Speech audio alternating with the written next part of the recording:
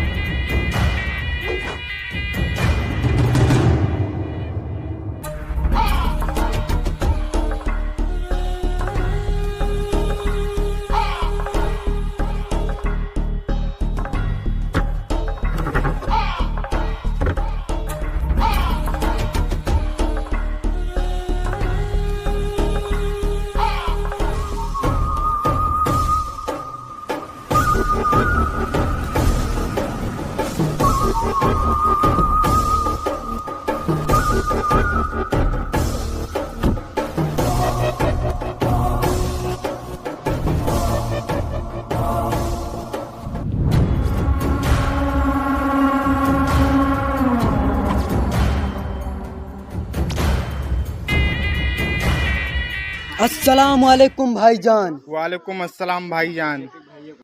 क्या समाचार लेकर आए हो? भाईजान, इस बार खबर मिली है होली पर हिंदुस्तान जवान छुट्टी पर गांव जा रहे हैं। हमें इस बीच हमला करना होगा। वाह मेरे शेर, मुझे इसी दिन का इंतजार था कि कब उन्हें हिंदुस्तानियों को मौत की घाट उतार सकें और अपने कुर्बान भाइयों का मौत का बदला ले सकूं। चलो हमले की तैयारी करो। अल्लाहू अकबर। शान तकदीर। अल्लाहू अकबर।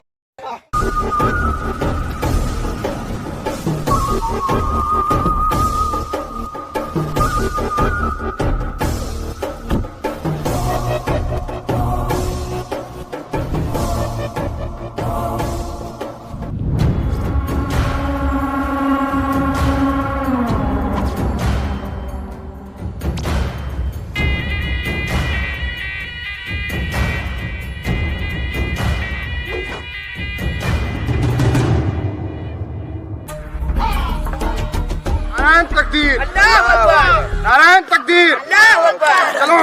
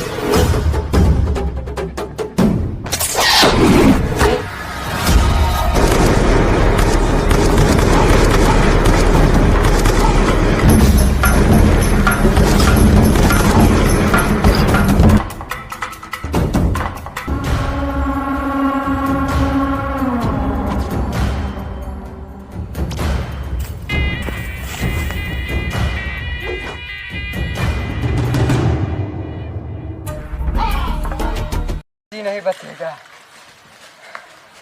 चिड़िया नाल में बाज लड़ावा, तबई गोविंद सिंह नाम धरावा। किसकी मजाल जो छू दे दिलेर को, कुत्ते बिगैर लेते हैं गर्दिश में शेर को। भारत माता की वंदे मातरा।